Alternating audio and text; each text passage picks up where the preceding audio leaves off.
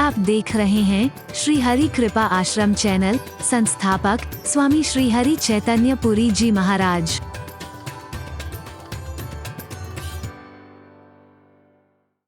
धोखे में नहीं तो अपने आप को ही धोखे में रखने की कोशिश कर रहा है। अरे बोलना, विचार करिए, आवश्यकता पड़ेगी फिर। परमात्मा जिसके साथ है, परमात्मा हर क्षण जिसके अंग संग हो, और उसका क्या दुरुपयोग कर रहे हो ये तुम्हारे पर निर्भर करता है।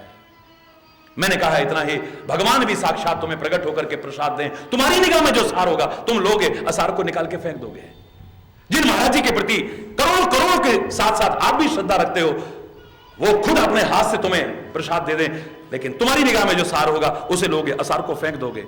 तो मैंने कहा मेरे भैया, यहां पर असार कुछ नहीं है, गलत कुछ नहीं है, लेकिन हजारों करोड़ों बातें आपको अच्छी लगी, एक बात अच्छी नहीं लगी, उसे छोड़ देना, बाकी सब ग्रहण कर लेना, उतना भी काफी हो जाएगा। लेकिन ऐसा होगा कब? हो विवेक, बोलो, मोह भ्रम भागा, मोह भ्रम भागा, मोह भ्रम भाग जाएंगे सारे के सारे जब विवेक जागृत होगा। तो बस फिर भक्ति क्रम प्रारंभ हो जाएगा। तब रघुनाथ चरण अनुरागा,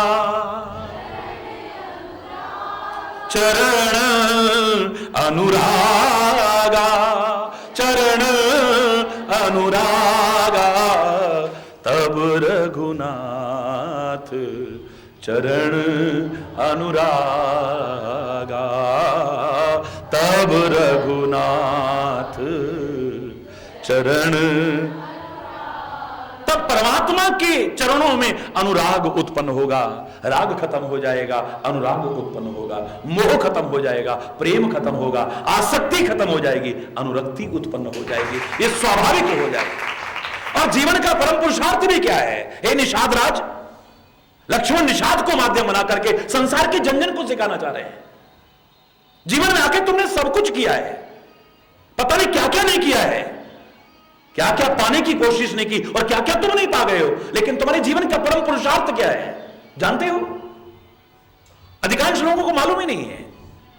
क्या है तुम्हारे जीवन का लक्ष्य, क्या है तुम्हारे जीवन का उद्देश्य, किसमें है तुम्हारे जीवन की सार्थकता, किसमें है तुम्हारे जीवन की सफलता? शायद 99.999% लोग जानते ही नहीं है।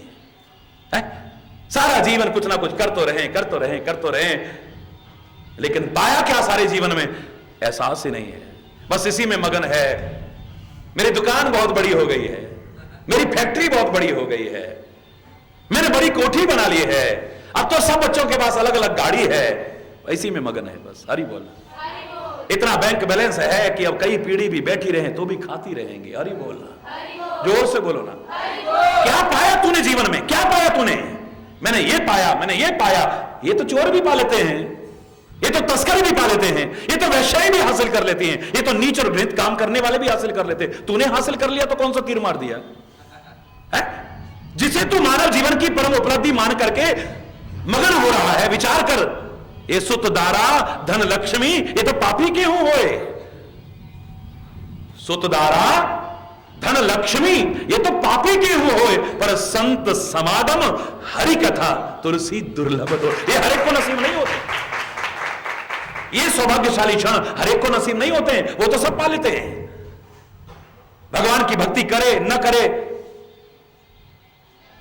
धर्म के मार्ग पर चले न चले, सत्य और न्याय के मार्ग पर चले न चले, तो भी ये सब तो हासिल कर ले। कौन सा बड़ा तीर मार दिया? जितने नीच लोग हैं, घृणित जीवन जीते हैं, बेकार का जीवन, ये सारी चीजें तो उनके पास भी हो जाती हैं। तुमने पा लिया तो कौन सा तीर मार दिया है? अधिकांश जीवन देखेंगे तो उपलब्धि के नाम पर, मानव जीवन की परम उपलब्धि शून्य नजर आएगी, शून्य, जीरो। सारा जीवन हम कुछ करते रहे, ये कैसे हो सकता है हमें कुछ भी ना मिला हो? जब तक चाबी है, पुरानी घड़ियों में देखते थे आप, दीवार घड़ियों में एक घंटा सा लटकता था, जब तक चाबी होती थी वो हिलता डुलता है बेचारा, लेकिन एक कदम भी आगे बढ़ता है कभी? उसे पेंडुलम कहते हैं। क्या कहते हैं? पेंडुलम।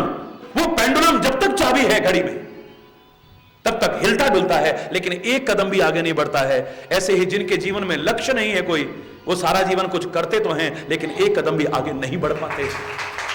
जब तक श्वास रूपी चाबी है कुछ ना कुछ करते हैं, सारा जीवन कुछ ना कुछ करते हैं, लेकिन हासिल क्या किया, उपलब्धि क्या है, खुद भी अगर अंतरात्मा से झांकने की कोशिश करें तो शून्य नजर आएगी।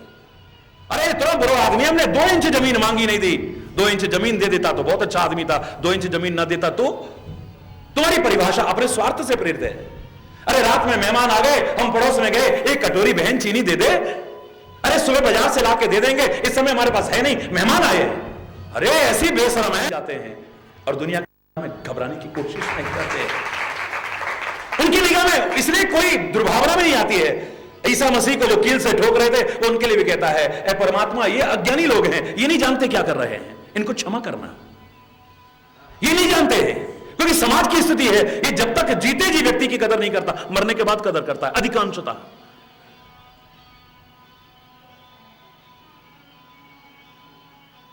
रहते रहते कदर नहीं करता है, उसके जाने के बाद उसकी पूजा करते हैं। सांप जाने के बाद लकीर को जोर से बोलो ना, और जोर से बोलो ना। हमारी समाज की विभिन्न उदाहरणों को देख लो आप। इस समाज ने किसको छोड़ा, किसको छोड़ा? जिस गांधी ने अपना सब कुछ कुर्बान कर दिया, हम में से ही कोई थे जो उसको भी गोली मार गए। लेकिन वो लोग अच्छे मार्ग पर चलते थे, घबराते नहीं थे कि दुनिया हमारे प्रति क्या भावना रखती है। लोग गांधी की जय जयकार करते थे तो गांधी अकड़ता नहीं था, और लोग निंदा भी करते थे तो घबराता नहीं था। वो सही मार्ग पर चलता रहा तो मारने वाले का कोई नाम नहीं लेता, लेकिन गांधी की जय जयकार बुलती थी, आज भी बुल रही और आगे भी बुलती रहेगी। किसी को मारने वालों को कोई नहीं जानता, आज की ठोकरे वालों को कोई नहीं जानता, लेकिन ईसा मसीह के इस विश्व में असंख्य अनुयायी हैं आज। हरि बोलना। सुकरात जैसे महान दार्शनिक को जहर का प्याला देकर के मारने वाले को कोई नहीं जानता, लेकिन सुकरात का नाम इतिहास में स्वर्णिम अक्षरों में लिखा गया है। तुलसीदास को और तुलसी की रामायण को खत्म करने की कोशिश की उस समय के लोगों ने, लेकिन आज तुलसीदास और तुलसीदास की रामायण का घर घर में पूजन हो रहा है, घर घर में बंधन हो रहा है, घर घर में गायन हो रहा है। उस जमाने में घर के लोग भी बाहर के लोग भी मीरा को उल्टा कहते थे, चरित्रहीन कहते थे, बाबाओं के बीच में पड़ी रहती है। लोग कहे मीरा भई रे बाबरी, सास कहे कुल नासी रे। क्या क्या नहीं कहते थे, लेकिन आज मीरा के पद गाते हुए आंखों से आंसू बहाते हैं। वाह! जीते जी अपने बुजुर्गों को रोटी के 2 टुकड़े नहीं दे पाए और मरने के बाद 10-10 गांव को भोजन करवा रहे हैं। वाह वाह! ऐसे लगता है कि मजाक उड़ा रहे हैं। बुड्ढे, पिताजी नहीं, ओ बुड्ढे देख, तू तो रोटी के 2-2 टुकड़े के लिए तरसता हुआ मर गया, आज तेरे नाम पर लोग छटकारे ले लेकर के पकवान खा रहे हैं। वाह! इससे बड़ा मजाक और क्या हो सकता है? इससे बड़ा मजाक और क्या हो सकता है? जीते जी बुजुर्ग अगर सत्संग में जाएं, तीर्थ पर जाएं, तो हमें बुरा लगता है। तुम्हें और कोई काम नहीं है? दिन भर परकम्मा लगाते रहना, बस कथाओं में घुसे रहना। ये नहीं कि घर में बच्चों को खिला लो, ये नहीं कि बाजार से सब्जी ले आओ। बच्चे बुजुर्गों से ऐसा तक बोल देते हैं, शर्म आती है जब ऐसी बातें पता चलती हैं तो है?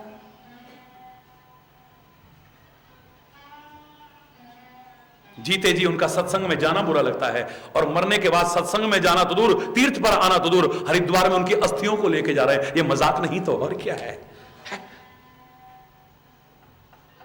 हड्डियों को लेकर के जा रहे हैं, उनकी राख को लेकर के हरिद्वार में जा रहे हैं। वाह! मैं कह रहा हूं वो बंद मत करो, लेकिन जीते जी भी कदर कर लो तो कुछ बात और ही हो जाए। मरने के बाद श्राद्ध करते हो, जीते जी उनके प्रति श्रद्धा नहीं है। मैं नहीं कह रहा कि श्राद्ध बंद कर देना, लेकिन जीते जी भी तो कदर करना सीखो। है दुनिया की जो परिभाषाएं, इनको महत्व मत दीजिए। दुनिया कहां समझी है? मैंने तो एक बार कहा था कि अपनी तरफ से कोई क्रिया, कोई कर्म, कोई व्यवहार, कोई चेष्टा ऐसी मत करना कि दुनिया की नजरों से भी गिर जाओ। लेकिन ये दुनिया कहां समझ पाई सबको। भगवान राम ने कदम कदम पर मर्यादा पालन किया। मर्यादा पुरुषोत्तम कहलाए, जन जन के हृदय के सम्राट बने। लेकिन जिनकी दोष दृष्टि थी वो तब भी, आज भी और आगे भी कहते रहेंगे, काहे के मर्यादा पुरुषोत्तम बाली को छुपके मार दिया, काहे के मर्यादा पुरुषोत्तम गर्भवती सीता को जंगलों में भटकने को छोड़ दिया, काहे के मर्यादा पुरुषोत्तम ऐसा, काहे के मर्यादा पुरुषोत्तम ऐसा, काहे के मर्यादा पुरुषोत्तम।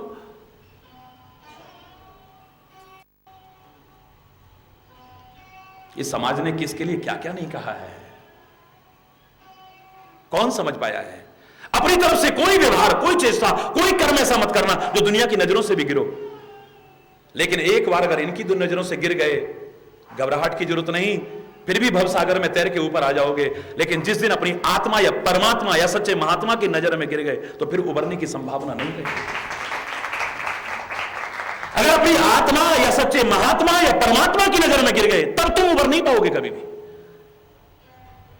कुछ कर्म हमसे ऐसा ना हो जाए, कोई चेष्टा हमारी ऐसी ना हो जाए, कोई व्यवहार हमारा ऐसा ना हो जाए, कोई जीवन की क्रिया ऐसी ना हो जाए जिससे हम अपनी आत्मा की नजरों में गिर जाएं। ये हमसे क्या हो गया है?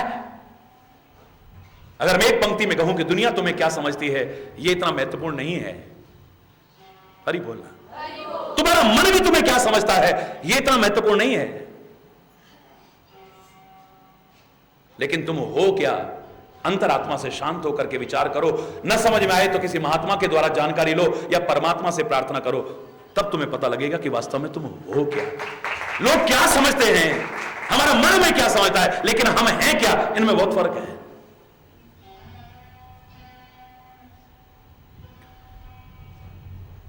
सत्संग मिल जाना ही पर्याप्त नहीं है, सत्य का संग भी होना बहुत जरूरी है। सत्संग शब्द की पूर्णता तभी है, जीवन के आचरण और व्यवहार में उतरे तब उसका लाभ मिलेगा। जिसे मैं हमेशा कहा करता हूं, हम किसी रोग से पीड़ित हैं, उस रोग का दुनिया का सबसे बड़ा डॉक्टर मिल जाए तो डॉक्टर का मिल जाना रोग दूर होने की गारंटी नहीं। बोलो, खाली डॉक्टर का मिल जाना रोग दूर होने की गारंटी नहीं। वो डॉक्टर हमें उस बीमारी की सबसे बढ़िया दवाई दे दे, इतने से हम ठीक हो जाएंगे, ये कोई गारंटी? डॉक्टर का मिल जाना, दुनिया के सबसे बड़े डॉक्टर का खाली मिल जाना रोग दूर होने की गारंटी नहीं है। दुनिया के सबसे बड़े डॉक्टर के द्वारा सबसे अच्छी दवाई दिया जाना भी रोग दूर होने की गारंटी नहीं है। डॉक्टर अच्छा मिले, दवाई अच्छी मिले, पर उस दवाई को व्यवहार में तो लाएं और उसके बताए परहेज पर चलें, तब संभावना है कि हमारे रोग दूर हो जाएंगे। व्यवहार में लाएं, दवाई ला करके रख दो तुम या फेंक दो तो तुम्हें क्या लाभ मिलेगा? फिर कहोगे इतने बड़े डॉक्टर के पास गए तब भी हम ठीक नहीं हुए। अरे उसे खाओ तो सही, जो परहेज बताया है उस पर चलो तो सही। जीवन ही नहीं है तो मैं नहीं कहता हूं, अगर जीवन तुम्हारा बाकी है तो फिर संभावना है कि आपके रोग दूर हो जाएंगे, वहां संभावना है। लेकिन संत गुरु के बताए मार्ग पर चल करके तो गारंटी है तुम्हारा जीवन संवर जाएगा, संभावना है, वहां संभावना है, यहां गारंटी है। बस मिल जाए, उस सत्संग को अपने जीवन का अभिन्न अंग बनाएं तो उसका एक लाभ मिलेगा। वो लाभ क्या होगा? हो ये विवेक, विवेक जागृत हो जाएगा, हमें अच्छे बुरे की पहचान हो जाएगी, हम कहीं पर भी रहें अपने जीवन को संवार करके रख सकेंगे। कैसे लोगों के बीच भी रहें यह भी महत्वपूर्ण नहीं रहेगा, वहां पर भी अपने जीवन को संवार के रख सकेंगे। हम राक्षस कुल में पैदा होकर के, हिरण्यकश्यप की बेटी बन करके और उन दुष्टों के बीच रह करके भी प्रहलाद की तरह अपनी भक्ति को फिर बरकरार रख सकते हैं, कभी नष्ट नहीं होने देंगे। हम राक्षस कुल में पैदा होकर के भी, लंका जैसी राक्षसों की अपवित्र नगरी में रहकर के भी, उन दुष्टों के बीच रहकर के भी विभीषण की तरह, मंदोदरी की तरह, त्रिजटा की तरह, मालवंत की तरह, मारीच की तरह अपनी भक्ति की रक्षा कर सकते हैं, कोई संदेह की बात नहीं है। वरना तुम रात दिन तीर्थ पर भी रहो तो तुम भक्ति कर पाओगे, मुझे विश्वास नहीं है। निंदा में लगे रहोगे, चुगली में लगे रहोगे, राग द्वेष में लगे रहोगे, ईर्ष्या में लगे रहोगे, वैर विरोध में लगे रहोगे, एक दूसरे की टांग खींचने में लगे रहोगे, व्यर्थ के चिंतन में लगे रहोगे, व्यर्थ की क्रियाओं में लगे रहोगे, व्यर्थ की सोच में लगे रहोगे। बस कारण यही है क्योंकि हमारा विवेक जागृत नहीं, हमें पहचान नहीं है किसमें हमारे जीवन का भला है, किसमें हमारे जीवन का बुरा है, किसमें हमारे जीवन का उत्थान होगा, किसमें हमारे जीवन का पतन होगा। क्या हमें करना चाहिए, क्या हमें नहीं करना चाहिए, कैसे लोगों के साथ बैठना चाहिए, कैसे लोगों के साथ नहीं बैठना चाहिए, एहसास नहीं है। क्या करें जी, ऐसा आदमी आ गया 2 घंटे हमारा दिमाग खराब कर गया। तुमने 2 घंटे झेला कैसे? अगर तुम वैसे चिंतन के होते, कोई ना कोई बहाना करके उठ जाते। तुम भी बराबर पाप के भागीदार हो, तुम भी बराबर पाप के भागीदार हो। अरे इतनी धर्म की निंदा कर रहा था, इतनी महापुरुषों की निंदा, इतनी भगवान की आलोचना कर रहा था, इतनी बकवास करा, 2 घंटे बर्बाद कर गया। या तो अगर तुम्हारे अंदर इतनी सामर्थ्य, उसकी जवान काट के दिखाते, चाकू छुरी से नहीं अपनी बातों से काट के दिखाते, उसकी बोलती बंद करके दिखाते, और या फिर वहां से उठ के चले जाते, कम से कम तुम तो पाप के भागीदार न बनते।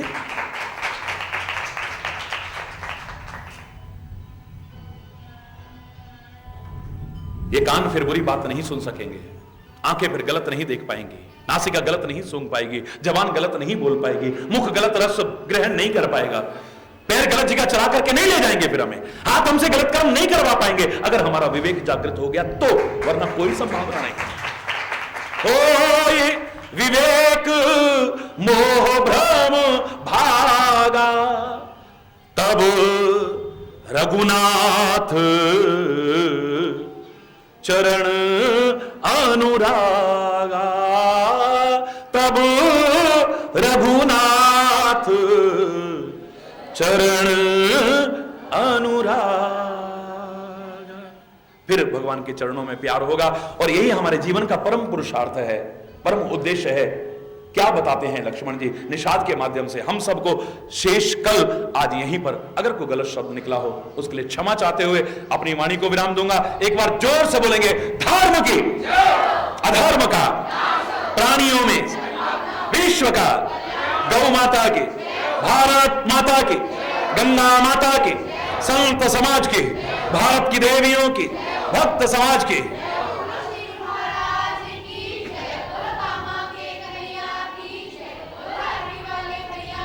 बोलो वृंदावन बिहारी लाल की जय। जय श्री राधे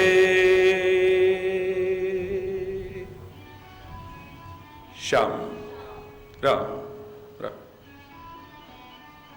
हरि बोल, हरि बोल, हरि बोल।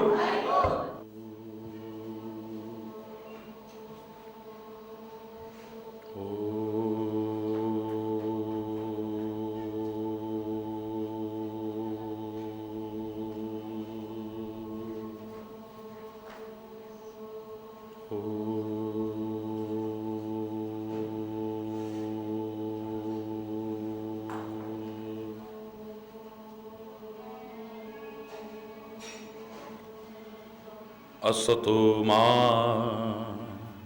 सद्गमय,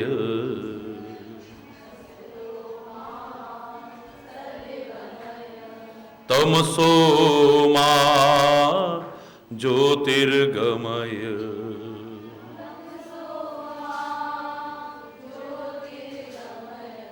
मृत्योर्मा अमृतं गमय।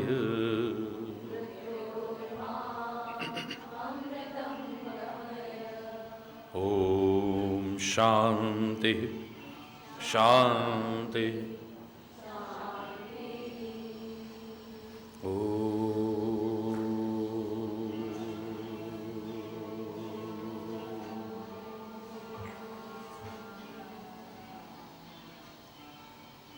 इतनी शक्ति हमें दे न दाता,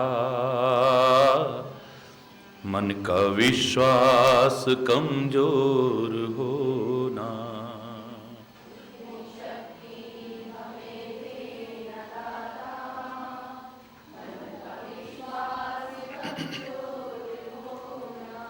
हम चले नेक रस्ते पे, हमसे भूल कर भी कोई भूल होना।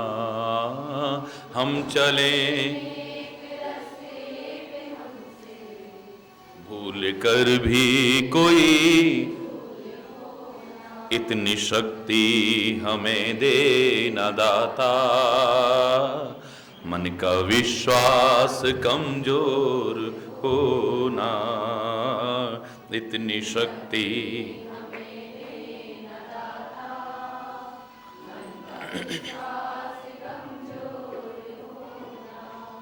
हम न सोचे कि हमको मिला क्या, हम ये सोचे किया क्या है अर्पण। हम न सोचे कि हमको मिला क्या, हम ये सोचे किया क्या है अर्पण। फूल खुशियों के बांटे सभी को, सबका जीवन ही बन जाए मधुबन। फूल खुशियों के बाटे सभी को, सबका जीवन ही बन जाए मधुबन। अपनी करुणा का जल तू बहा दे, कर दे पावन हर एक मन का कोना। हम चले नेक रास्ते पे हमसे, भूल कर भी कोई भूल हो ना। इतनी शक्ति हमें देना दाता, मन का विश्वास कमजोर हो। हर तरफ जुल्म है, बेबसी है, सहमा सहमा सा हर आदमी है। हर तरफ जुल्म है, बेबसी है, सहमा सहमा सा हर आदमी है। पाप का बोझ बढ़ता ही जाए, जाने कैसे ये धरती थमी है। पाप का बोझ बढ़ता ही जाए, जाने कैसे ये धरती थमी है। बोझ ममता का अगर तू उठा ले, तेरी रचना का भी अंत होना। हम चले नेक रास्ते पे हमसे, भूल कर भी कोई भूल होना। इतनी शक्ति हमें देना दाता, मन का विश्वास दूर अज्ञान के हो अंधेरे। तू हमें ज्ञान की रोशनी दे,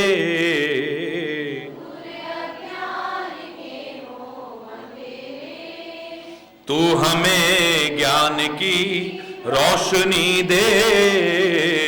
हर बुराई से बच के रहे हम, जितनी भी दे भली जिंदगी दे। हर बुराई से बच के जितनी भी दे भली जिंदगी दे। वैर होना किसी का किसी से, भावना मन में बदले की होना। हम चले नेक रास्ते पे हमसे, भूल कर भी कोई इतनी शक्ति हमें देना दाता। मन का विश्वास कमजोर होना। हम चले भूल कर भी कोई भूल होना। इतनी शक्ति हमें देना दाता। मन का विश्वास कमजोर, विश्वास कमजोर, विश्वास कमजोर होना।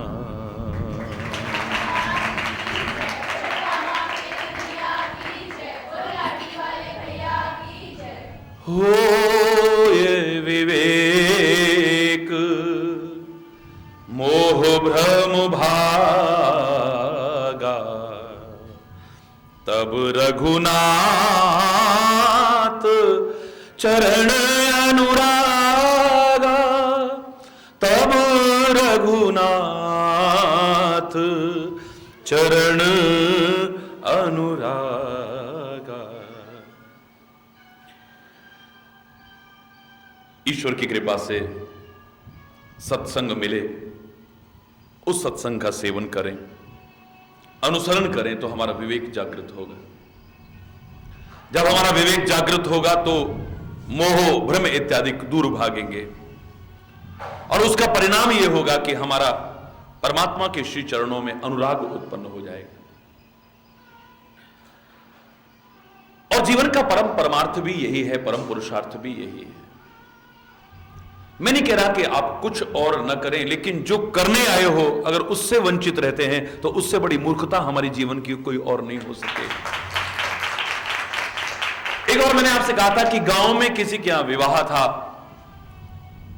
कन्या पक्ष भी अभी साहस नहीं जुटा पाता है दहेज प्रथा इत्यादि का विरोध करने का, जिसके कारण कन्या का जन्म भी अभिशाप माना जाने लगा है। कन्या भ्रूण हत्या का जो समाज में इतना प्रचलन हुआ है, जो हम ये समझ नहीं पा रहे हैं कि ना तो धार्मिक दृष्टिकोण से ठीक है, ना मानवता के दृष्टिकोण से ठीक है, और ना ही सामाजिक व्यवस्था के दृष्टिकोण से। एक वो दिन आएगा कि शायद हमें अपने बच्चों के विवाह के लिए बच्चियां ढूंढे से भी नहीं मिलेगी। हरि बोलना। तो ये इस प्रकार की जो स्थितियां आई हैं समाज में, जागरूकता पैदा करने की आवश्यकता है।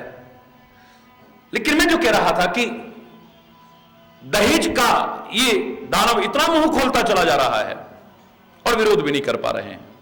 कन्या पक्ष ने सोचा अच्छा वर मिल रहा है, चलो इनकी हर मांग पूरी कर देते हैं, चाहे कर्जा लेकर के ही सही। हरि बोल। ये चाहिए, वो चाहिए, ये चाहिए, वो चाहिए, ये चाहिए, वो चाहिए, ये चाहिए, वो चाहिए।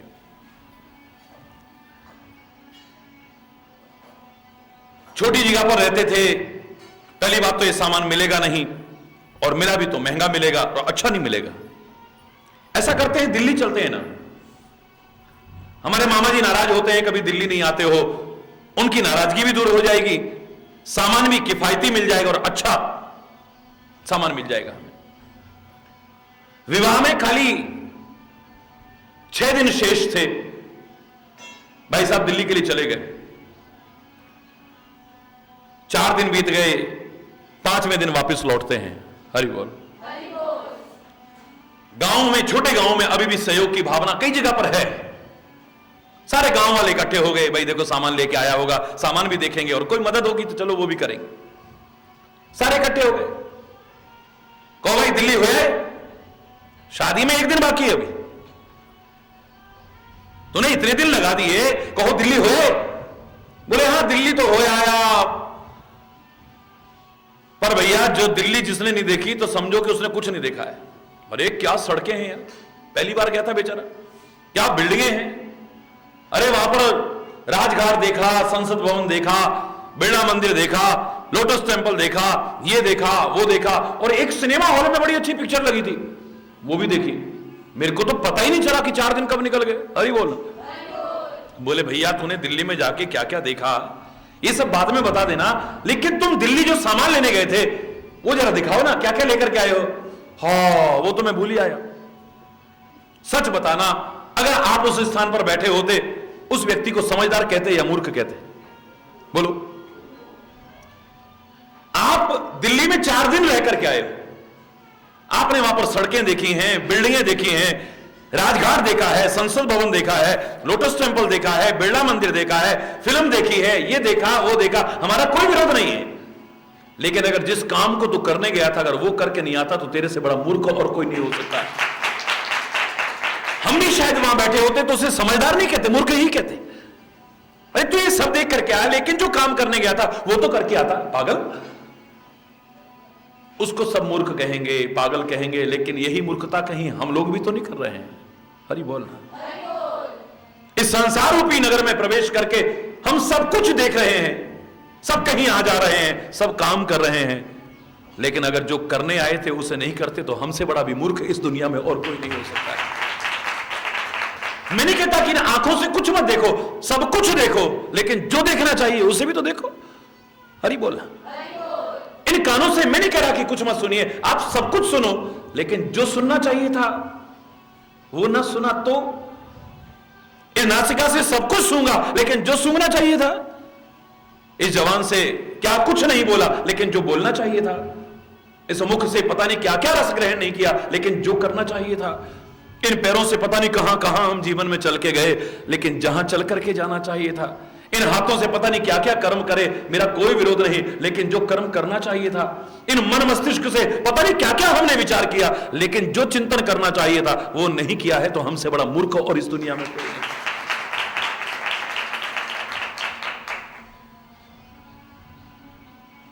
सार्थकता नहीं है, इन अंगों की सार्थकता नहीं है। जो इनसे करना चाहिए था अगर वो ना करे और सब कुछ करे, तो इस जीवन की सार्थकता नहीं है। इस जीवन से सब कुछ करें, लेकिन जो करना चाहिए था वो ना करे, तो हमारे समय की सार्थकता नहीं है कि उस समय में हमने सब कुछ किया, लेकिन जो करना चाहिए था वो ना किया, तो हमसे बड़ा मूर्ख इस दुनिया में और कोई नहीं है। हे निषाद राज, तुम्हारा सारा विषाद हो जाएगा। कर्म को प्रमुखता से महत्व दो, लेकिन कर्म के साथ ज्ञान को भी कम करके मत आंकना, क्योंकि विचार पूर्वक कर्म नहीं करोगे तो ग्लानि तुम्हें होगी, पश्चाताप होगा, शर्मिंदगी का सामना करना पड़ेगा, सफलता तुम्हारे कदम भी कदम नहीं चूम सकेगी। लेकिन अगर तुम विचार पूर्वक कर्म करते हो, विचार पूर्वक बोलते हो, विचार पूर्वक व्यवहार करते हो, विचार पूर्वक लेन देन करते हो, विचार पूर्वक लोगों से संबंध बनाते हो, तो जीवन के कदम कदम पर सफलता तुम्हारे कदम अवश्य ही चूमेगी। कर्म के साथ ज्ञान का प्रवेश हो, सामंजस्य हो, और जब ये दोनों का सामंजस्य होता है, ये स्वभावतः हमारे मन में परमात्मा के प्रति, उस परम सत्ता के प्रति किसी ना किसी रूप में अनुरक्ति उत्पन्न होने लगती है, अनुराग उत्पन्न होने लगता है, श्रद्धा उत्पन्न होती है, आस्था उत्पन्न होती है। ये स्वभावतः है। इसके लिए हम प्रयास न भी करेंगे तो अपने आप होने लगता है। जैसे अगर हम यहां से दिल्ली की टिकट खरीद लें तो हमें कहना नहीं पड़ता है कि रास्ते में कोसी भी आना चाहिए, पलवल भी आना चाहिए, होडल भी आना चाहिए, ये भी आना चाहिए, बल्लभगढ़ भी आना चाहिए, फरीदाबाद भी आना चाहिए, वो अपने आप आ जाएगा। ऐसे ही आप सही दिशा पकड़ लो, बाकी सब कुछ अपने आप आएगा। आप प्रयास ना भी करोगे तो आपका प्रवाह बिल्कुल सही दिशा में अगर जा रहा है, सीढ़ियां आगे के आगे चढ़ते जाएंगे। नवदा भक्ति है, हे शबरी, और इन 9 में से एक भी अगर भक्ति तुम्हारे अंदर है, मुझे प्राणों के समान प्रिय है वो। और हे शबरी, तेरे अंदर तो 9 की 9 भक्तियां हैं। प्रथम भगति संतन कर संगा, दूसरी रतिमम कथा प्रसंगा, गुरुपद पंकज सेवा, तीसरी भक्ति अमान, चौथी भगति मम गुणगन करहि कपट तजगान, मंत्र जाप मम दृढ़ विश्वासा, पंचम भजन सुवेद प्रकाशा, छठम शील विरति बहुकर्मा, निरति निरंतर सज्जन धर्मा, सातम मोहि में सब जग देखा, मोते अधिक संत कर लेखा, आठम यथा लाभ संतोषा, सपने नहीं देखे पर दोषा, नवम सरल सब सन छल हीना, मम भरोस हे हर्ष नदीना, नवमहु एकमु जिनके हुए। ये 9 भक्तियां हैं मेरी। इनमें से एक भी अगर किसी के अंदर है तो, क्योंकि ये एक अगर आ जाती है, अगला क्रम अपने आप शुरू होता है। प्रथम भगति संतन कर संगा, अब पहली भक्ति है संतों का संग। विस्तार मैंने बहुत नवदा भक्ति के प्रसंग में किया था, लेकिन दूसरी भक्ति इसी पर तो निर्भर है। दूसरी रति मम कथा प्रसंगा, मेरी कथा प्रसंग में रति हो। चलो रति बात की बात है, कथा प्रसंग मिलेंगे कहां? पहली भक्ति में, बिन सत्संग न हरि कथा, तेहि बिन मोह न भाग। हरि बोल। गुरुपद पंकज सेवा, तीसरी भक्ति अमान, एक दूसरे के साथ जुड़ी हुई है। जब हम सत्संग करेंगे, हमारे अंदर विवेक जागृत होगा, भगवान के कथा प्रसंग सुनेंगे, जीवन के कल्याण का मार्ग सुनेंगे, तब हमारे मन में आएगा काश हमें कोई मार्गदर्शक मिल जाए, उसके मार्गदर्शन को अपना करके हम जीवन का उद्धार कर सके, अपने जीवन का उत्थान कर सके। वरना तो अपने आप को ही गुरु समझे बैठा है आदमी, अपने आप को भगवान समझे बैठा है आदमी, अपने आप को ही सब कुछ माने बैठा है, यह अज्ञानतावश किसी से मार्ग जानना भी नहीं चाहता है। गलत होते हुए भी अपने आप को गलत मानने को तैयार नहीं है। हरि बोलना। एक दूसरे का क्रम है। गुरुपद पंकज सेवा, तीसरी भक्ति अमान। अब अमान होकर के गुरुचरण कमलों की सेवा करना।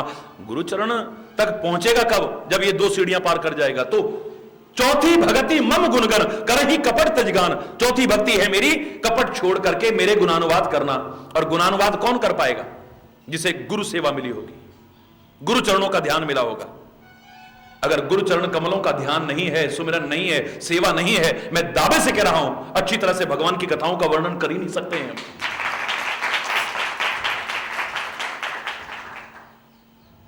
क्यों नहीं कर पाएंगे? क्योंकि हमें रहस्य पता नहीं चलेंगे भगवान की लीलाओं के। अब मान लो मैं वर्णन कर रहा हूं और मैं जो वर्णन कर रहा हूं उसमें से किसी ने प्रश्न पूछ लिया बीच में खड़े होके, तो हरि बोलना।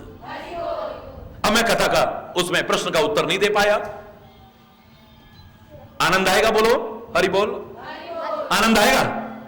अब कोई चीज समझ में नहीं आ रही है, मेरे समझ में नहीं आ रही, औरों के समझ में नहीं आ रही, अगर उसका निष्कर्ष ना निकला तो हरि बोल।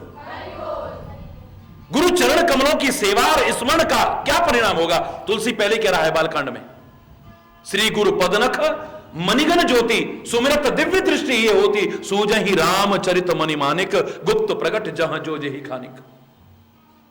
जथा सुअंजन अंजिद्रग साधक सिद्ध सुजान कौतुक देखत सैलवन भूतल भूरी निधान। जैसे सिद्धांजन लगा करके सिद्ध पुरुषों को आंख बंद करते ही सारा दृश्य अपने आप नजर आने लगता है, जमीन के अंदर क्या है, दुनिया में क्या है, सारा नजर आने लगता है। बोले बिल्कुल ठीक वैसे ही जिसने चरण नखों का भी, श्री गुरु के चरण नखों का भी स्मरण किया है, उसके हृदय में दिव्य दृष्टि होगी और श्री राम के गुप्त प्रकट सारे के सारे रहस्य उसके सामने उजागर होंगे। अब जब श्री राम चरित्र के बारे में गुप्त और प्रकट रहस्य जानकारी होगी तब हम अच्छा वर्णन कर पाएंगे या वैसे वर्णन कर पाएंगे? बोलो। इसलिए तुलसीदास ने कहा कि मैं राम की कथा बाद में गाऊंगा, श्री गुरु चरण सरोज रज निज मन मुकुर सुधार तब वर्णो रघुवर में, क्योंकि वर्णन करने का मजा तब आएगा। गुरु कृपा से, गुरु चरण कमलों की कृपा से मेरे अंदर दिव्य दृष्टि उत्पन्न हो और मुझे राम चरित्र के गुप्त और प्रकट सारे रहस्य उजागर होने लगे। आप क्या सोच रहे हो? हरि चैतन्य बोल रहा है, हरि चैतन्य बोल रहा है, कोई सवाल ही नहीं है। वही हरि चैतन्य जो पहले भी था, वही हरि चैतन्य जो अब भी है, और वही हरि चैतन्य नहीं बदला है। लेकिन फर्क इतना हो गया था कि गुरु की कृपा का एक हाथ क्या पड़ा है, सारे रहस्य अपने आप उजागर होने लग गए। ये हरि चैतन्य नहीं बोल रहा है। विवेकानंद को तो अपना रोना धोना पड़ा हुआ था, घर में खाने को नहीं था, वो तो गया था स्वामी रामकृष्ण परमहंस के पास में कि मैं कहूंगा कि मां काली से प्रार्थना करो कि मेरे लिए भी कुछ करें, मेरे परिवार में आजकल बहुत दयनीय स्थिति हुई पड़ी। रामकृष्ण परमहंस के चरणों में प्रणाम किया था, अपना निवेदन किया है। रामकृष्ण परमहंस कहने लगे मां तो मेरी भी है, मां तेरी भी है, मां सबकी है, किसी एक की थोड़ी है। खुद जाओ, जाकर के मां से कहो मेरे घर में भंडार भर दे। हरि बोलना, उसके दरबार में कोई कमी नहीं, खुद जाकर के प्रार्थना करो ना। ये विवेकानंद बनने से, स्वामी विवेकानंद बनने से पहले ये नवयुवक, हरि बोलना, घर के आर्थिक अभाव का रोना लेकर के रामकृष्ण परमहंस के पास पहुंचा था। लेकिन कहते हैं एक बार गया है, लेकिन जाकर के प्रणाम जरूर किया है, लेकिन विभीषण वाली स्थिति हुई है। विभीषण से राम कहते हैं मांगो क्या मांगते हो? बोले उर कछु प्रथम वासना रही पर प्रभु पद प्रीति सरिस सो बही। मेरे हृदय में पहले वासना थी, मेरे हृदय में पहले कामना थी, मेरे हृदय में पहले लालसाएं थी, लेकिन आपके प्यार के दरियाओं में तो सब बह गया। अब तो आपके अलावा और कुछ पाने की इच्छा ही नहीं है। अब तो अगर मेरे से तू पूछे कि हरि पूछो मुझसे मैं क्या चाहता हूं, मैं तुमसे तुम्हें मांगना चाहता हूं, बस और कुछ नहीं चाहता हूं। अब कोई लालसा नहीं है मन में, अब कोई कामना नहीं है मन में, सब खत्म हो गई है। आपके प्यार के दरियाओं में सब बह गई है। बहुत पहनना पीना खाना दिया है, बहुत घूमने को जमाना दिया है, बहलने को हर एक बहाना दिया है, पर अब तुमसे ही बहलना चाहता हूं, मैं तुमसे तुम्हें मांगना चाहता हूं। हर एक शय में तेरा चमत्कार देखा, हर एक शय में तेरा चमत्कार देखा, कई जन्म लेकर के कई बार देखा, बनाया हुआ तेरा संसार देखा, अब क्या देखूं और, पर अब तुमको ही देखना चाहता हूं, मैं तुमसे तुम्हें मांगना चाहता हूं। अरे बहुत विवेकानंद एक बार गया है, कुछ नहीं मांग पाया है, दूसरी बार फिर भेजा लेकिन नहीं मांग पाया है, तीसरी बार फिर भेजा है। जीवन के कल्याण के लिए प्रार्थना की है, उत्थान के लिए प्रार्थना की है। एक बार नहीं कह पाया है कि मेरे घर में अभाव है वो पूरा हो जाए। हरि बोलना। अरे बोल। वो विवेकानंद सारी दुनिया में हमारे भारतीय संस्कृति का डंका बजाने लायक बना। वहां भी पूछा, विवेकानंद तुम इतना कैसे बोल रहे हो? विवेकानंद कहता, मैं नहीं बोल रहा हूं, मेरे सदगुरु ही मेरी जबान से बोलता है।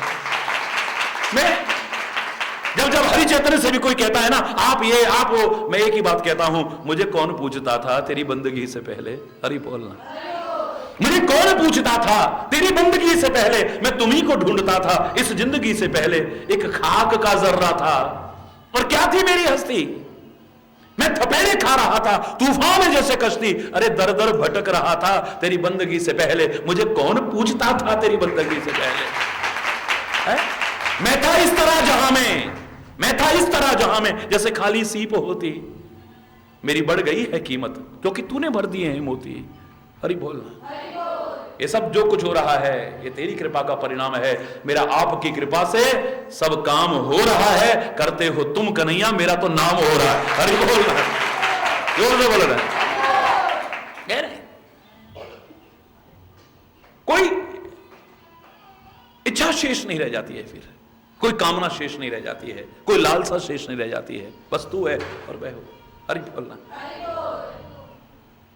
क्या नहीं मिला है? हम समझे न समझे और एहसान फरामोश होकर के कहते रहे, क्या दिया भगवान ने हमको, क्या दिया माँ बाप ने हमको, क्या दिया गुरु ने हमको, क्या दिया इस वतन ने हमको। एहसान फरामोश होकर के चाहे कहते रहो, लेकिन जब भी कोई ऐसा कहता है, मैं कहता हूं उन्होंने तो क्या नहीं दिया, पर तूने क्या किया है, जरा इस पर तो विचार करते रहो। परमात्मा ने क्या नहीं दिया है तेरे को?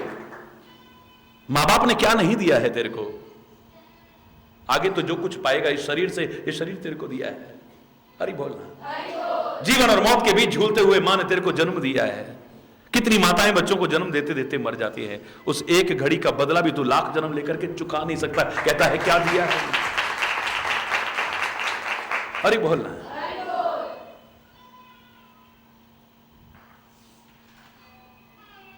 सब कुछ किया हमने, सब कुछ किया, लेकिन जो करना था वो न किया। तो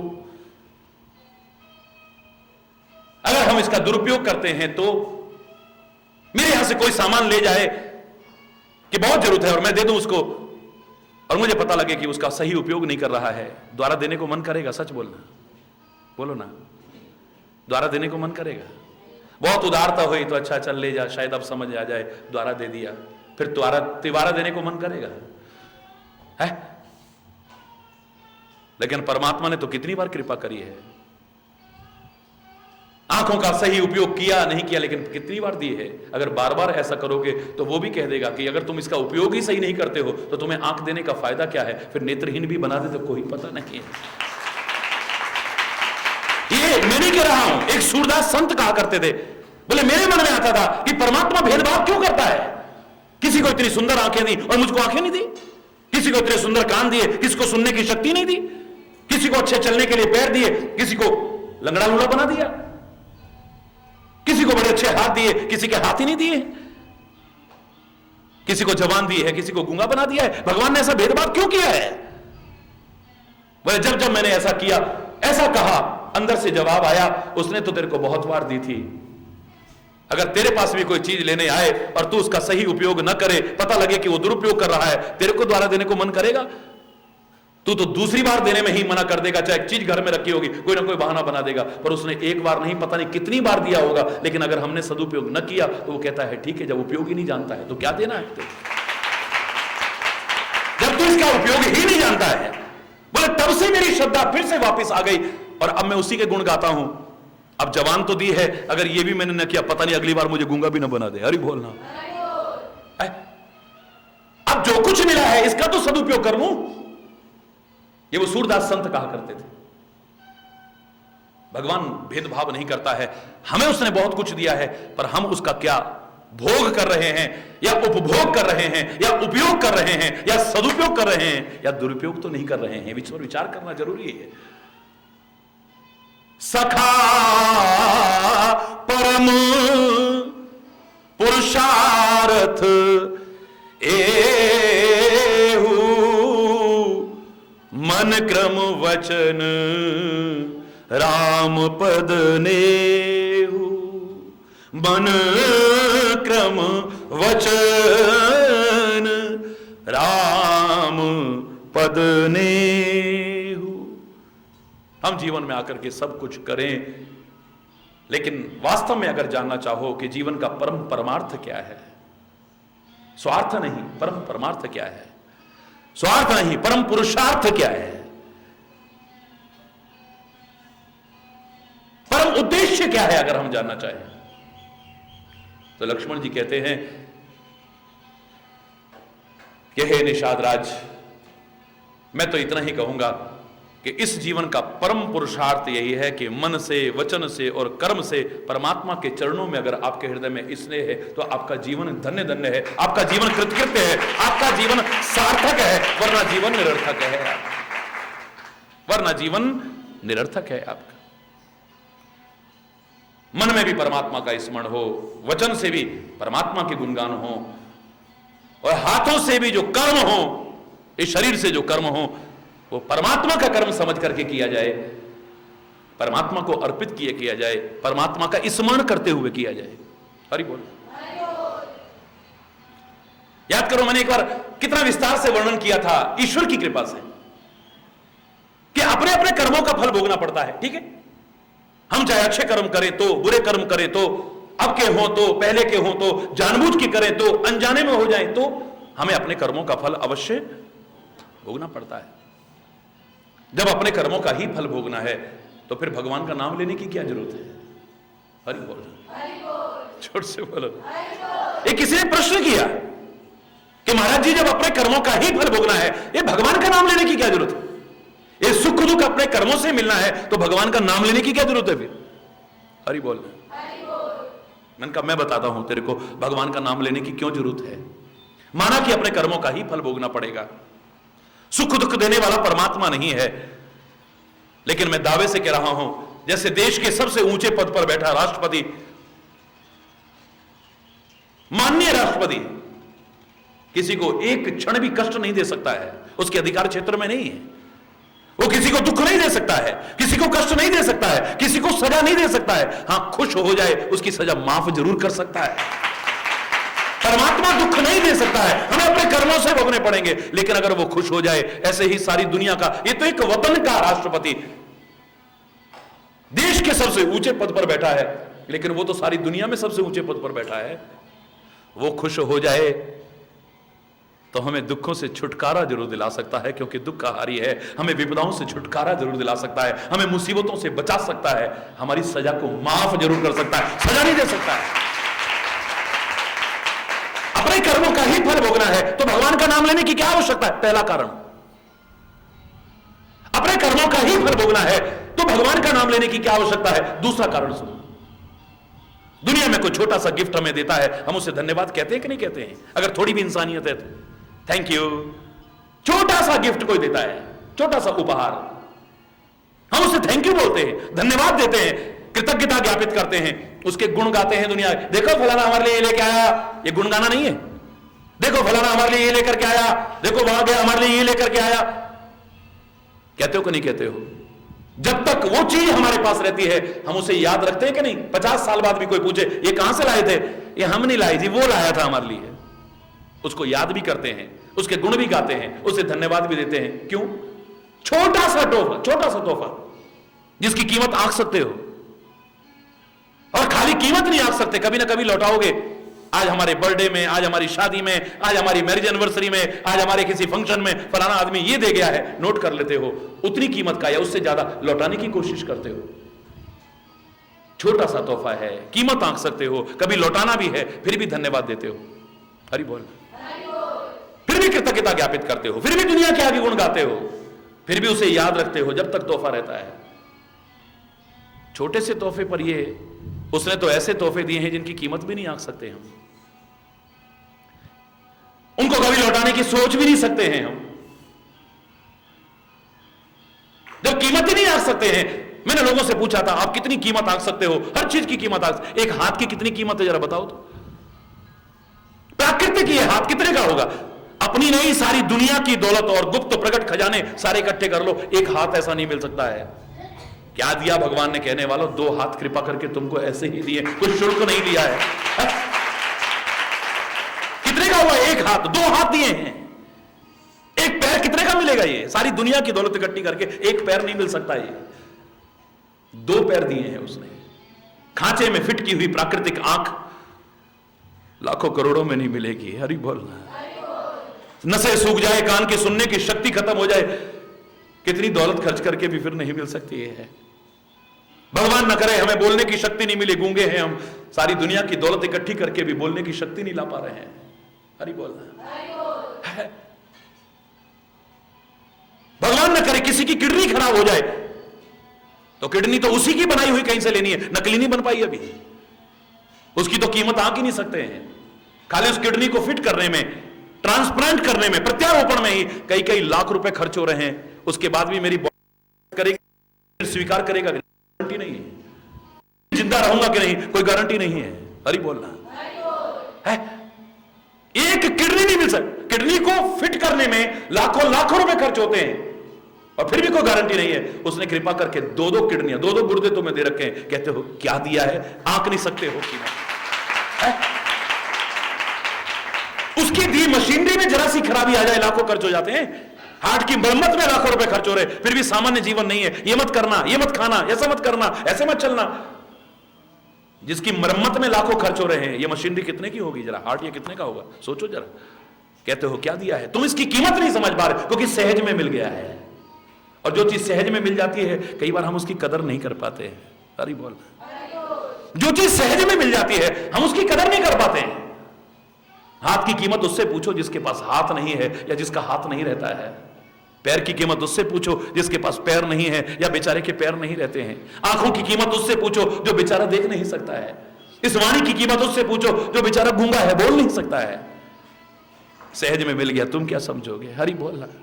अरे एक छोटा सा तोहफा मिलता है, हम उसे धन्यवाद देते हैं, कृतज्ञता ज्ञापित करते हैं, उसे याद रखते हैं, दुनिया के आगे गुण गाते हैं। और इतने अनमोल तोहफे जिनकी कीमत आंक नहीं सकते, जिनको कभी लौटाने की सोच नहीं सकते, उनको पाकर के भी पूछते हो जब अपने कर्मों का फल भोगना है तो उसका नाम लेने की क्या जरूरत है? ये नाम उस पर एहसान नहीं करते हो, ये तुम्हारा पुनीत कर्तव्य है कि तुम उसे धन्यवाद ज्ञापित करो, उसे कृतज्ञता ज्ञापित करो, बार बार उसका नाम लो, उसको याद करो, दुनिया के आगे गुण गाओ, क्योंकि अनमोल तोहफे दिए हैं उसने।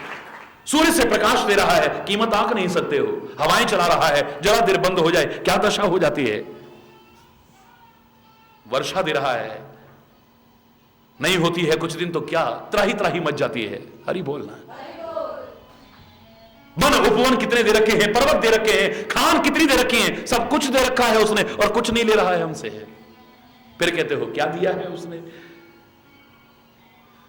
माना कि अपने कर्मों का ही फल भोगना है, फिर भी उसका नाम क्यों लेना चाहिए? क्योंकि हमारा पुनीत कर्तव्य है। इतना कुछ उसने दिया है, हमें उसको धन्यवाद देना चाहिए। हमें अनग्रेटफुल नहीं होना चाहिए, ग्रेटफुल होना चाहिए। माना कि अपने कर्मों का ही फल भोगना है, फिर भी भगवान का नाम क्यों लेना चाहिए? तीसरा कारण, कर्म करते हुए हृदय से परमात्मा का स्मरण क्यों करना चाहिए? हमें जो दुख मिलता है अपने बुरे कर्मों के कारण मिलता है ना, बोलो। और अगर कोई ऐसा तरीका हो जाए कि हमसे बुरे कर्म हो ही ना, तो दुखों से बच जाएंगे कि नहीं? और उसके लिए एक ही तरीका हो सकता है। वो तरीका क्या हो सकता है कि भगवान का नाम खाली जवान से ना ले, हम दिल से लेना शुरू कर दें। प्रभु नगर कीजिए सब काजा और हृदय राखी सब काम करो। छूट है तुमको, और सब में तो अच्छे भी है बुरे भी हैं। छूट देने वाला कोई इतना मूर्ख नहीं है, बहुत सोच समझ करके छूट दी है। उसको पता है जो खाली जवान से नाम लेते हैं गलत कर्म होने की संभावना हो सकती है। दुनिया ने कहावत भी बनाई है, मुंह में राम बगल में छुरी, लेकिन दिल में राम बगल में छुरी ना बनी थी ना आज बन रही है। और चैलेंज करके कह रहा हूं, आगे ये कहावत बन भी नहीं पाएगी कभी। जब हृदय से परमात्मा का नाम लेते हुए कर्म करोगे, हरि बोलना, गलत कर्म ही नहीं होगा। जब गलत कर्म ही नहीं होगा तो दुख और कष्ट काहे के बदले में मिलेंगे? तो दुख और कष्टों से बच जाएंगे। इसलिए भगवान का नाम लेना है, अपने कर्मों का ही फल मिलना है, फिर भी भगवान का नाम इसलिए लेते रहना है, दुख और कष्टों से बच जाओ। हरि बोल। किस लिए भगवान का नाम लेना है? चौथा कारण, मान लो मैं भगवान का नाम ना लूं तो भी अपनी जिंदगी तो व्यतीत कर सकता हूं। मैं धर्म के मार्ग पर ना चलूं, अपना जीवन तो व्यतीत कर सकता हूं जितनी मेरी जिंदगी लिखी। मुझे ज्ञान भी ना हो, भक्ति भी ना हो, खाली कर्म करते हुए, चाहे जो कर्म करते हुए, चाहे जैसा कर्म करते हुए जीवन तो व्यतीत कर सकता हूं। लेकिन जीवन का जो सुख और आनंद चाहता हूं मुझे मिल पाएगा, इस भ्रम में मत जिएगा। जिसे मैंने कहा था कि मेरे चेहरे पर 3 प्रमुख अंग हैं, आंख, कान और मुख। मेरी आंखें ना होती तब मैं जिंदा रह सकता था। आंख के बिना जिंदा नहीं रह सकते क्या? हरि बोलना। मेरे कान भी ना होते तब भी मैं जीवित रह सकता था। मेरे आंख और कान दोनों ना होते, खाली मुख होता तो भी मैं, जोर से बोलो ना, जीवित रह सकता हूं। लेकिन चेहरे का सौंदर्य और जीवन का आनंद जो इन तीनों के रहते उठा सकता हूं, खाली मुख के द्वारा नहीं उठा सकता हूं। जैसे मेरी आंखें ना हो, कान ना हो, खाली मुख हो, आंख कान दोनों ना हो, खाली मुख हो, मैं जीवित तो रह सकता हूं, लेकिन चेहरे का सौंदर्य और जीवन का आनंद जो इन तीनों के रहते उठा सकता हूं, खाली मुख के द्वारा नहीं उठा पाऊंगा। ऐसे ही भक्ति ना हो, मैं जीवित रह सकता हूं। ज्ञान ना हो, मैं जीवित रह सकता हूं। भक्ति और ज्ञान दोनों ना हो, खाली कर्म हो हमारे जीवन में, मैं जीवित तो रह सकता हूं, लेकिन जीवन के सौंदर्य को विकसित नहीं कर पाऊंगा और जीवन का सच्चा सुख और आनंद जो हासिल करना चाहता हूं उससे वंचित ही रहूंगा। दावे से कह रहा हूं, अपने कर्मों का ही फल भोगना है, फिर भी भगवान का नाम क्यों लेना है? इसलिए लेना है। अपने जीवन देखिए, सौंदर्य को विकसित अगर करना चाहो, जीवन का सच्चा सुख और आनंद लेना चाहो तो बच जाओगे घोर दुखों से, विपत्तियों से। परमात्मा का जब नाम लेते हैं हमारा एक मनोबल बढ़ता है, आत्मबल। कोई है ना हमारे साथ? दुनिया का कोई अगर आपके साथ में हो, आपका इतना मनोबल बढ़ता है, कितने हौसले बुलंद है। एक फोन करूंगा वाल, हरि बोलना। तुम्हें पता कोई है तुम्हारे साथ, मेरे साथ कोई है, अगर इतना तुम्हें पता हो, तुम्हारा कितना एक मनोबल बढ़ जाता है, आत्मबल बढ़ जाता है। 10 लोग मेरे साथ भी आएंगे पीछे, मैं एक आवाज लगाऊंगा 100 आदमी इकट्ठे हो जाएंगे, वही से कर। हो सकता है दुनिया वाले तो धोखा दे जाएं, लेकिन अगर परमात्मा पर भरोसा हो, वो कभी तुम्हें धोखा देने वाला नहीं। सदगुरु पर भरोसा हो, वो कभी तुम्हें धोखा देने वाला नहीं। वो धरे के धरे रह जाएंगे। हरि बोलना, जोर से बोलो ना। वो रखे के रखे रह जाएंगे। हरि बोल। एक मनोबल मेरा बढ़ता है, एक आत्मबल बढ़ता है। शरीर में ताकत हो ना हो, लेकिन अगर मेरा मनोबल, मेरा आत्मबल बढ़ा हुआ है, तो बड़े बड़े शरीर जो ताकतवर जो हैं, उनसे भी बड़ा काम करके दिखा सकता हूं। बड़े बड़े ताकत वाले भी फीके पड़ जाएंगे अगर मेरा मनोबल और आत्मबल बढ़ा है तो। और मेरे अंदर कितनी भी ताकत हो, पर मेरा मनोबल टूट चुका है, मेरा आत्मबल टूट चुका है, तो शरीर की ताकत भी बेकार हो जाएगी। शरीर में कितनी ताकत है, हट्टे कट्टे हैं, रष्ट पुष्ट है, वहां चलो यार, क्या करें, आज मन नहीं कर रहा, ऐसे करेंगे जैसे मरे हुए बोल रहे हो। हरि बोल, बोलो। शरीर में ताकत है लेकिन मन नहीं कर रहा है, आज मेरा मन नहीं है, बिल्कुल। देखो आप कैसे बोलेगा आदमी। और शरीर में बिल्कुल जान नहीं है, महीनों से बिस्तर पर पड़े हैं, पता लगा महाराज जी आए वहां पे, अरे बेटा एक बार मेरे को ले चलो, एक बार, पता नहीं कब मर जाओ। अरे बेटा, पिताजी आप नहीं जा सकते। अरे बेटा, अरे एक इधर से पकड़ो, एक इधर से पकड़ो, भैया जैसे तैसे मेरे को ले चलो, मुझे दर्शन कर लेने दो एक बार। शरीर में बिल्कुल जान नहीं है, गिरता पड़ता जैसे तैसे सहारा लेकर के वो पहुंच जाएगा, लेकिन बड़ा से बड़ा रष्ट कुष्ट और हट्टा कट्टा भी, पूर्ण स्वस्थ भी, बड़ा ताकतवर भी, अगर मनोबल और आत्मबल नहीं तो नहीं पहुंच सकता है। बता बस कह रहा, ये गलत नहीं कहा था। मन के हारे हार है और मन के जीते जीत है। जीतना मन का कठिन है पर जीत ले तर जाएगा। शरीर में ताकत न भी हो, अगर मेरा मनोबल है, मेरा आत्मबल है, तो मैं असंभव को संभव करके दिखा सकता हूं, कठिन को सरल करके दिखा सकता हूं। और अपना मनोबल और आत्मबल बढ़ाने का एक सबसे बड़ा तरीका हो सकता है, एक भरोसो, एक बल, एक आस, विश्वास कि वो है मेरे साथ, वो है मेरे साथ। ये दुनिया नहीं, ये दुनिया तो कब किसको धोखा दे जाए कोई पता नहीं है। आज मेरे गुण गाते कल दूसरे के गुण गाने लगेंगे। हरि बोलना। आज मेरी प्रशंसा करते कल को निंदा करने लग जाएंगे। आज मेरी जय जयकार कर रहे हैं, कल को क्या है, आज मेरे पर जान कुर्बान करते हैं और कल को मेरी जान लेने वाले भी बन जाए तो कोई पता नहीं। ये दुनिया कब बदल जाए कोई भरोसा है? हमेशा के लिए कौन किसका बन करके रहा है कोई? हरि बोलना। जो इस पर विश्वास करता है वो जीवन में धोखे के अलावा और कुछ भी हासिल नहीं करता है। दुनिया पर जिसने विश्वास करा है उसके हाथ में धोखा लगा है, सेमल के फूल की तरह है, बड़ा सुंदर है, बड़ा आकर्षक है, लेकिन जब खोला तो रुई बन करके उड़ गया। हरि बोलना। जोर से बोलो और जोर से बोलो।